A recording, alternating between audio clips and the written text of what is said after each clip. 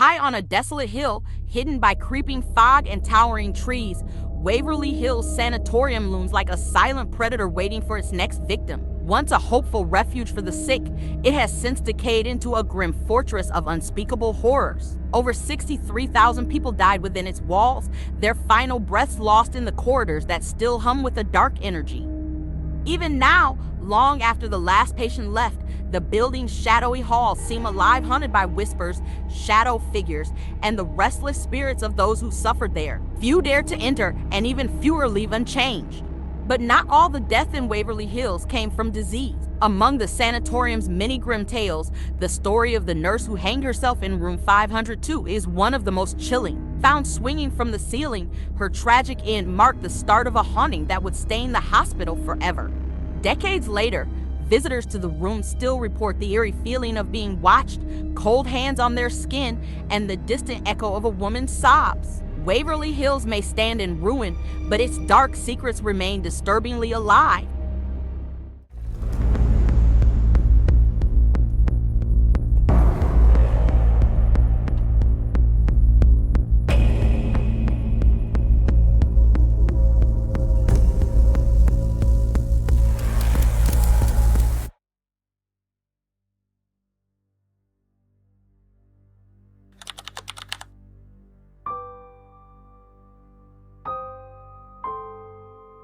Waverly Hills Sanatorium opened in 1910, built to treat patients suffering from tuberculosis, a deadly disease with no cure at the time.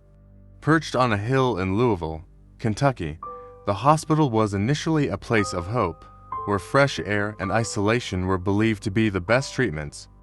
However, as the disease spread rapidly, Waverly Hills quickly became overcrowded, housing hundreds of patients who clung to life amidst the grim reality of the illness. Tuberculosis, often called the White Plague, ravaged its victims, leaving them weak and coughing up blood. The staff did their best to care for the patients, but as the death toll rose, hope turned to despair. Waverly Hills soon earned a reputation as a place of suffering and sorrow. It wasn't just the disease that took lives. The treatments, like painful lung surgeries and experimental procedures, were often as brutal as the illness itself. As the hospital filled with the sick and dying, it became a city of the doomed. The once grand sanatorium slowly transformed into a place of shadows and whispers, where the walls seemed to absorb the pain of those trapped inside. Death was a constant presence, and it didn't take long for the energy in Waverly Hills to shift into something darker. Even the staff began to feel the weight of the despair, and rumors of strange occurrences started to circulate.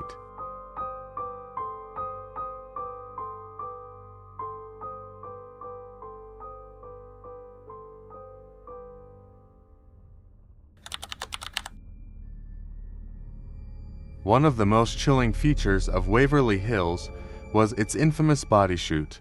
This long, underground tunnel stretched from the hospital to the bottom of the hill, where the dead were quietly transported away from the eyes of the living patients.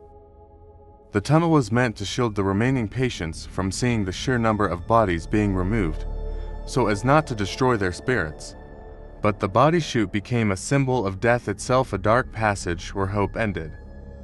Patients would hear the rumbling of the gurneys and the quiet shuffle of feet as bodies were wheeled away, knowing that one day they might be next. The tunnel soon became a breeding ground for ghost stories, with staff claiming to hear whispers echoing from its depths, even when no one was there. Some said they felt icy hands brush their arms as they passed through, while others reported seeing shadowy figures at the far end, standing silently before disappearing. Years after the hospital closed, visitors brave enough to explore the tunnel have claimed to see the same shadowy forms and hear strange, ghostly murmurs. The air inside the tunnel is thick, with the past each step heavier than the last, as if the tunnel itself is holding onto the souls of the thousands who are taken through it. To this day, the body chute remains one of the most terrifying places at Waverly Hills.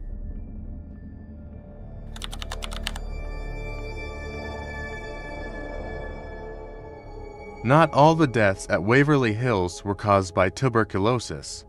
In 1928, a young nurse working in room 500 took her own life by hanging herself from a light fixture. The nurse had become pregnant, supposedly by one of the doctors at the hospital, and in those days, such a situation was scandalous. Faced with shame, and perhaps coerced by the hospital staff to cover it up, she saw no way out. Desperate and alone, she tied a rope around her neck and stepped off a chair, leaving her body to be discovered swinging from the ceiling. Her death only deepened the already thick cloud of misery at Waverly Hills. Not long after, another nurse in room 500 also reportedly leapt from the window, falling to her death. What was it about that room? Was it the sorrow, the guilt, or perhaps something darker that drove them both to such tragic ends? Whatever it was, room 500 became notorious among the staff and patients, who claimed to hear footsteps, voices, and sobbing in the room, long after it was sealed off. Even today, room 500 draws the most attention from paranormal investigators and ghost hunters. Visitors report feeling an overwhelming sense of dread as soon as they approach the door. Some have claimed to see the figure of a nurse in white hanging in the corner of the room, while others feel an invisible force pushing them toward the window. The nurse's spirit seems to linger there, trapped in an endless loop of sorrow and despair.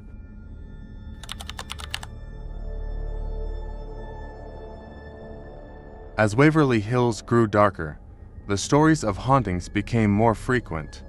Visitors to the now abandoned sanatorium report feeling watched, as if the eyes of long-dead patients and staff are still observing them from the shadows. People have heard doors slamming, seen lights flickering, and felt sudden, icy cold drafts rush past them. The halls that once echoed with the sounds of doctors and nurses now hum with something far more sinister, something that refuses to rest. One of the most common ghostly encounters is with the shadow people, dark, human-like figures seen darting around corners or standing in doorways. These figures move quickly, often disappearing before anyone can get a clear look at them. But they are not mere shadows. Witnesses claim these entities feel heavy, almost oppressive, as if they carry the weight of all the sadness that filled Waverly Hills over the decades. Despite its reputation, Waverly Hills continues to attract curious thrill seekers and paranormal investigators, but not everyone leaves unscathed. Some visitors report strange sensations that linger long after they leave, scratches on their skin, sudden illnesses, or the feeling that something from the sanatorium has followed them home. Waverly Hills may no longer treat patients, but it's clear that whatever forces haunt its halls have never left. The sanatorium stands as a grim monument to suffering, its ghost forever bound to the hospital's twisted history.